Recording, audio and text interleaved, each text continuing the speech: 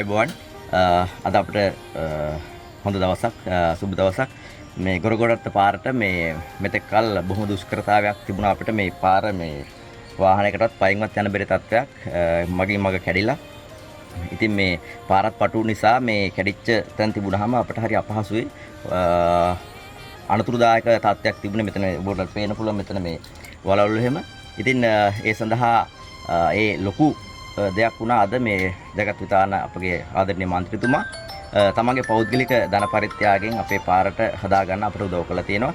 ඉතින් ගම්වාසීන් විදිහට අපිට හරිම සතුටුයි ආඩම්බරයි. අපි ස්තුතිය ප්‍රකාශ කරනවා. එතුමා නිතරම පොදු ජනතාවගේ යහපත වෙනුවෙන් පෞද්ගලිකව දේශපාලන යටත් නැතත් වැඩ කරපු මිනිස්සෙක් කියලා අපි දන්නවා.